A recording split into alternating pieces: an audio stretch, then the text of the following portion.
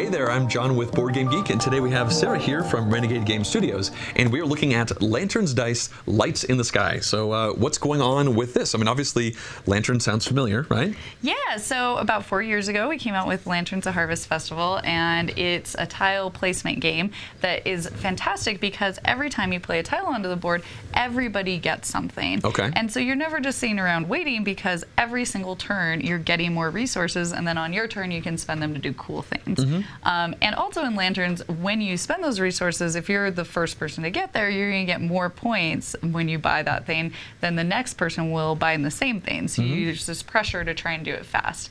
The thing I love about Lanterns Dice is that it has all of that infused, but it's now a roll and write game. Okay. So it'll feel very familiar to people who know and love Lanterns, but with a definitely different, fresh take on it.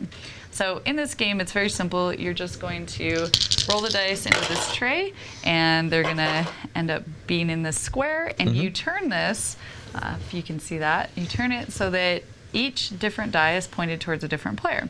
So for example, if you and I were playing, I might orient it like this, and then that one would be pointed towards you. You get a red resource. It's your turn, but I got the red thing. Yep, okay. Even though it's my turn. And then I'll get a red one. So that means each of us are now going to take our pad of paper, and we're going to mark off the resource that we got. So for example, I might mark off this white area right here because I got a white resource, and also because I'm the active player, I get a bonus resource, and that one's going to be green for me this time. So I might mark off this green one right next to it, and I want to be shading areas that are kind of around each other for the most part because I'm also trying to get these tiles as soon as I can. And once an area is completely shaded, all of that covered, then I could place that fireworks tile on top of it, and I'll get that many points at the end of the game. Okay. So that part is very simple, but of course, with a lot of roll and write games, there's extra additional rules that make it more exciting. So for this one, when I marked off this area right next to a gift token, I would get to mark that I now have one extra gift available for me to spend. I started off with one, I now have an extra one. That means that I can spend those at the end of my turn to any of these extra bonus powers. And they all give you just one extra little benefit. So if I only spend, let's say I spent one of these, then I could do shade one additional area matching my die. So I'd get to mark off another white area. Pretty straightforward. If I had spent two instead, I could shade one area of a color not shown on the dice, which would be maybe blue, yellow, a few different choices.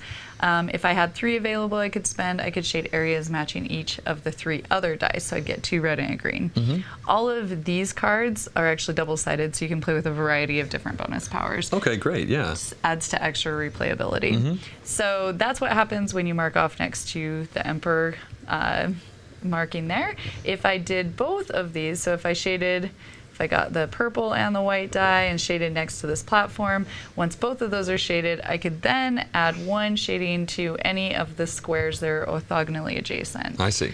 So I get a little bonus for doing that, for filling up a platform. And at the end of the game, you'll notice there's some boat tiles, boat pictures on here.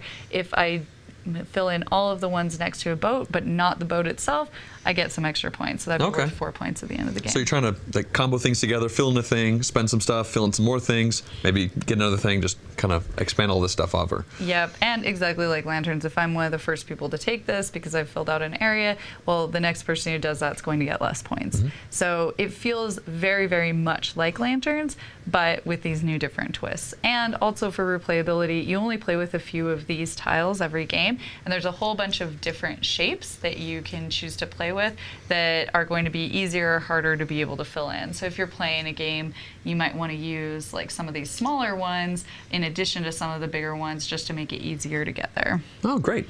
So when it comes to availability, when can people expect to see this one on stores? This will be in stores in June, unless your store is participating in the early release program, which is a special thing we're doing for brick and mortar stores, in which case they can get it in May, and they'll get special extra fireworks tiles that'll go with that.